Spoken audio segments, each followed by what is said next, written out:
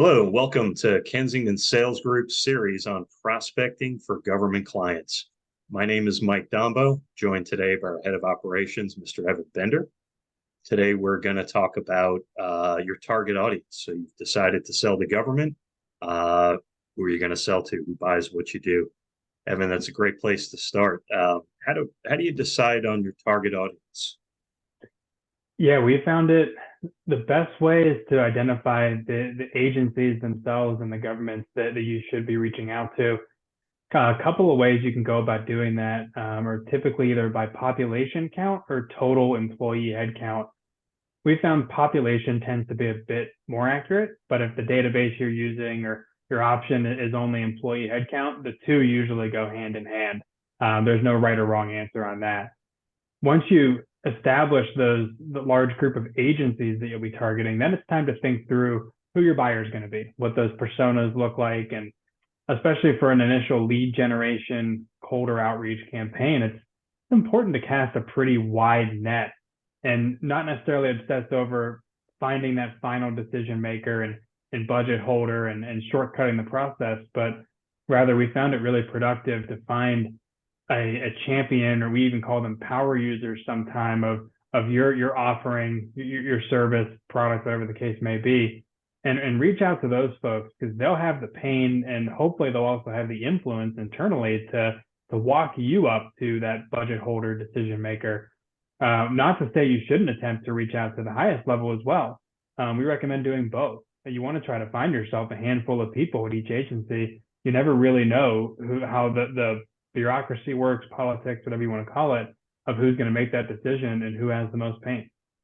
Yeah, I think the pain holder, if you want to call them that, government agencies tend to be a little more democratic with a small d.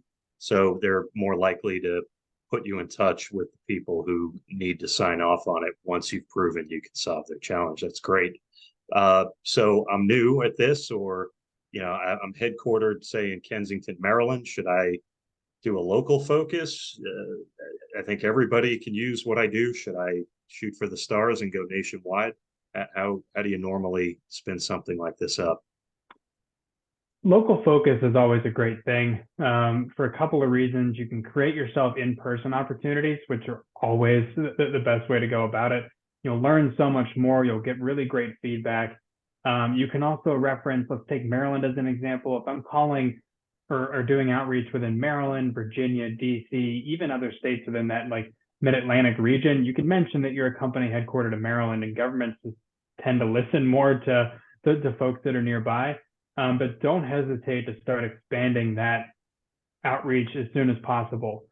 We like to pick at least one state in every single time zone if you're able to do that with your offering. Just to you'll learn more, you'll create new opportunities, you can find pockets of genuine interest pretty quickly.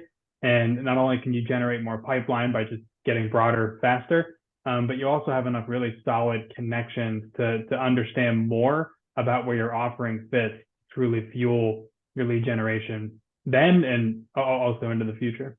And I know we've seen what works in one state may not necessarily be the same thing for another. And even with local jurisdictions, they could be within the same state and operate differently. So having some diversity in your geographic location, population size is probably a good thing, and starting close to home so you can meet people in person. Great. So I now have identified who I want to sell to. I've got kind of my territory, if you would, or where I'm going to go fishing.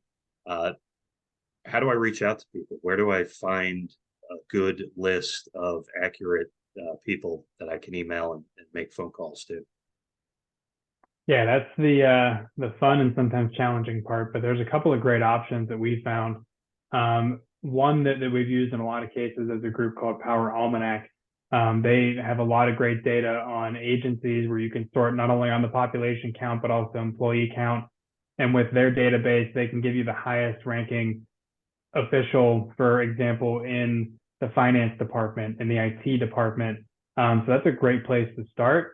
There's also other very niche databases. We've also used a company called Safety Source that's very law enforcement specific. same thing, very high level, highest ranking. It's chief, it's sheriff, it's director of the 911 center in the PSAP. But it's a great place to start. On top of that, once you've identified these champions and maybe power users internally, a lot of this information is publicly available. So either as an internal function or something that you outsource, we suggest putting together a research program, scouring through these government websites. Some of them you'll find 10 different people with direct phone numbers and emails. It's not a perfect science, so you'll only be able to fill in so much, but you might as well take advantage of the fact that it's publicly available.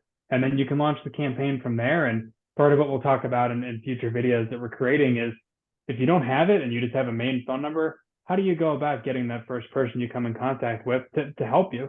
That's one of the amazing things about government is they're super helpful, and you can really build your database from there. But those few sources are a really great place to start. Evan, thank you for sharing your experience and expertise. I want to thank everyone for joining us for this edition of Kensington Sales Group's Prospecting for Government Clients. Join us for our next topic, Developing Your Message. Please do reach out to us if you have any questions or would like to talk more about your specific prospecting challenges. Our website is www.kensingtonsalesgroup.com. Thank you.